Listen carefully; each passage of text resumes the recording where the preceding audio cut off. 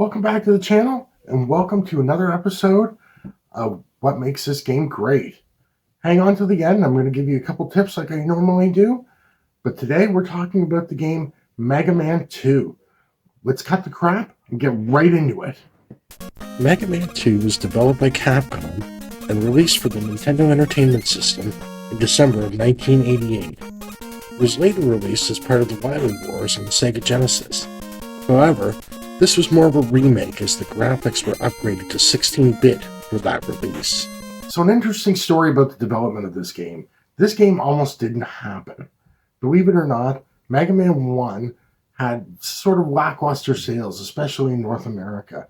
And that was mainly due to, they blamed the cover box art, and I can understand that, because it did suck, let's put it that way.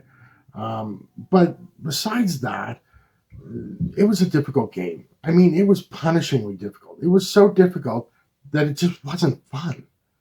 And you couldn't get very far in the game before you hit this difficulty. In fact, there's stages where within 30 seconds of being in the stage, you're up against an impossibly hard task. And it is having to do with the platforming in the game. So when they actually made Mega Man 2, the development team for Mega Man 1 had to beg the vice president of Capcom. They went back and they said, we'll make it better. And they went back to the customers and they asked them, what do you want in this video game, in this Mega Man game? And they actually even opened up and did a competition for robot designs for the enemy robots. And they got apparently 80,000 suggestions or something like that, some ridiculous number of drawings and suggestions, which they used some of them. And they also toned down the difficulty level, which is good. And they did make it a lot more fun. Let's continue on with the review, and then we'll get right into what really makes this game stand out, what really makes this game great. Mega Man 2 is an action platformer. You play the role of Mega Man as he fights his way through 8 stages. Each stage has its own theme and a boss that matches that theme. When you defeat a boss, you get their weapon. Some bosses are weak against one or more of the weapons that you collect along the way.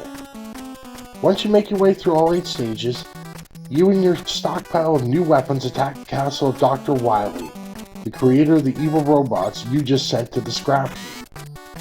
The difficulty level of this game ramps nicely. Unlike the original, there's no section that will stop your progress forever. If you are looking for more of a difficulty challenge, there is a hard mode that can be chosen right at the title screen.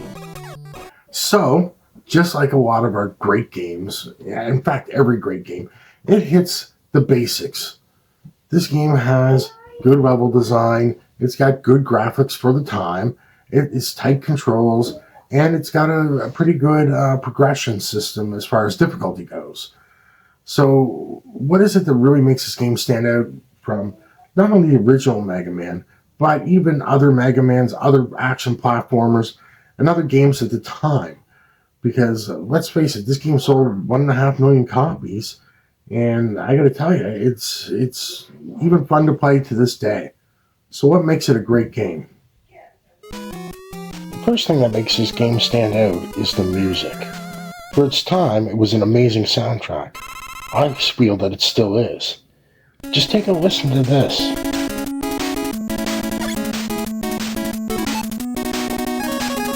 I've seen music from this game being played on actual instruments. In fact, I'm going to put a link down to one of my favorites in the description. Check it out after the video. The second thing I want to talk about is the level selection.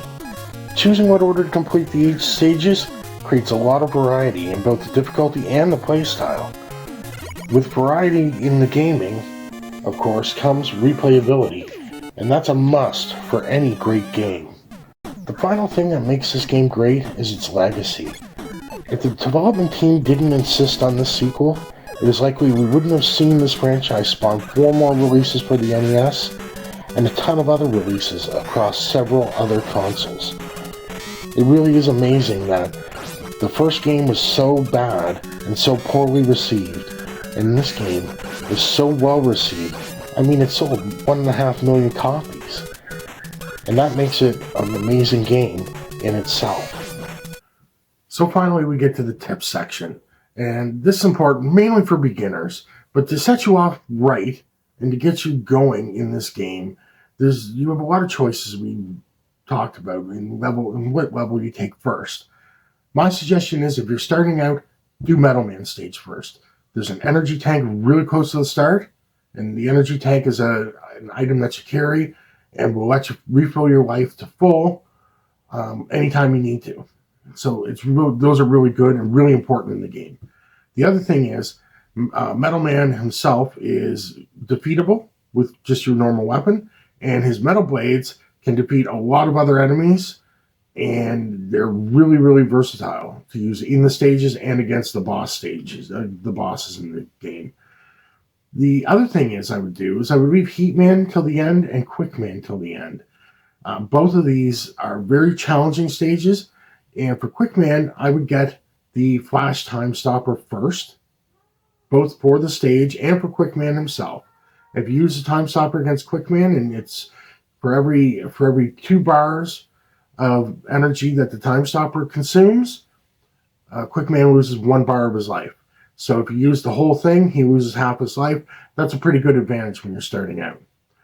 Also, if you are playing, Heatman stage is very, very challenging. It's got disappearing and reappearing blocks that you can actually, you need to platform across and jump across.